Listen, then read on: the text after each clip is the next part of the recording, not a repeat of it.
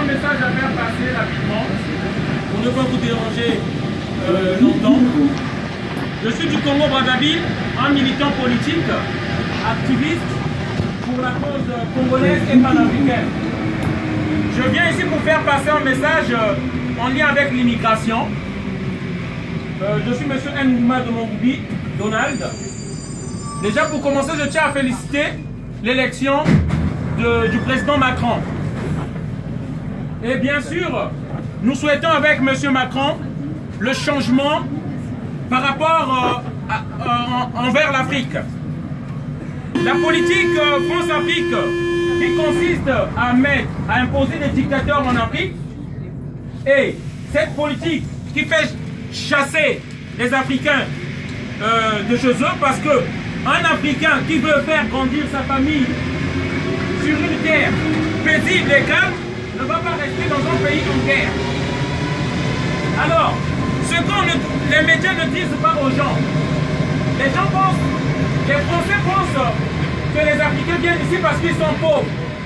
Mais ce qu'on ne vous dit pas, nous fuyons les guerres, nous fuyons les bombes que les multinationales, en complicité avec l'oligarchie dirigeante, nous imposent. Nous fuyons les bombes. On n'est pas derrière votre système social, comme je le dis souvent. On n'est pas derrière le camembert. On fuit les bombes, les armes qu'on donne aux Africains. L'illustration. En 97, les Congolais venaient de chasser un président qui était dictateur. Jacques Chirac en 97 va donner les armes à un psychopathe au nom de Denis Sassou Nguesso du Congo-Brazzaville. Ce monsieur-là va venir faire la guerre aux Congolais, va tuer les Congolais et va s'imposer en tant que dictateur. Depuis 1979 jusqu'à aujourd'hui, il est dictateur président du Congo. 34 ans au pouvoir. Denis Sassou Nguesso. Et actuellement où nous parlons, tous les opposants politiques sont en prison. Dont un Français au nom de Modeste Moukadia, qui est en train de mourir dans les prisons du dictateur. Et on ne sait pas, peut-être parce que c'est un noir, la France ne veut pas en parler. Voilà. Alors, ce que j'aimerais dire, si nous voulons lutter contre l'immigration, il faut déjà commencer à chercher la stabilité des Africains. Parce que c'est pas normal qu'on nous impose des dictateurs et que lorsque les Africains arrivent en France, on s'en étonne. On ne peut pas donner un coup de pied dans une fourmilière et penser que les fourmis ne viendront pas chez vous. Voilà. Donc, je tenais à le dire, les Africains ne fuient pas. Ne sont pas derrière votre système social, c'est ça qu'on ne vous dit pas. Ne sont pas derrière votre système de santé ou vos assédiques, mais ils fuient les bombes qu'on donne à certains dictateurs pour tuer leur peuple. Là, nous avons la photo d'un enfant, un ange, de 3 ans, qui est mort à peine 3 jours au Congo-Brazzaville. Voilà. Un ange de 3 ans, mort au Congo-Brazzaville, tué par Denis Sassou Nguesso. Ce monsieur continue à tuer.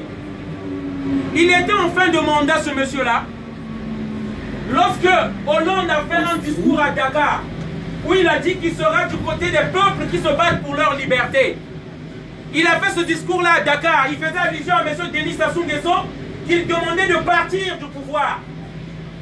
Et, comme je dis, cette oligarchie corrompue, qu'on donne des mallettes de la France-Afrique, il a eu sa mallette, et ce monsieur-là a changé de discours.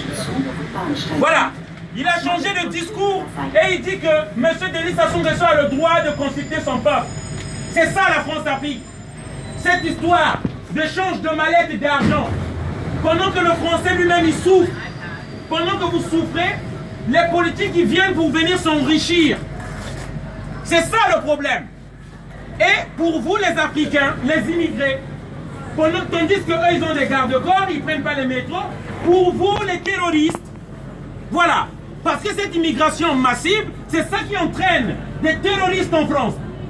Cette immigration massive incontrôlée, C'est pourquoi nous demandons les Africains chez eux, chacun chez eux. Mais qu'on arrête de déstabiliser les pays. Qu'on arrête de déstabiliser l'Afrique. Voilà. Chaque président africain qui n'est pas d'accord avec les dirigeants français est mis à l'écart ou tué. Thomas Sankara, pourquoi on l'avait tué au Burkina Faso?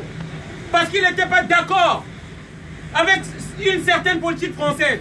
Pourquoi on a tué Oumniobé du Cameroun? Parce qu'il n'était pas d'accord. Pourquoi aujourd'hui Gbagbo est à la CPI? Parce qu'il n'était pas d'accord avec Nicolas Sarkozy. Pourquoi nous maintenons les dictateurs comme les Ali Bongo, Denis Sassou Nguesso, les Paul Biya du Cameroun? Parce qu'ils disent oui à tout ce que les dirigeants français leur disent.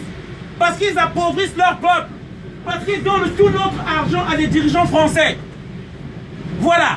Et en donnant tout cet argent-là, l'argent de l'Afrique qui vient en Occident, les Africains sont pauvres.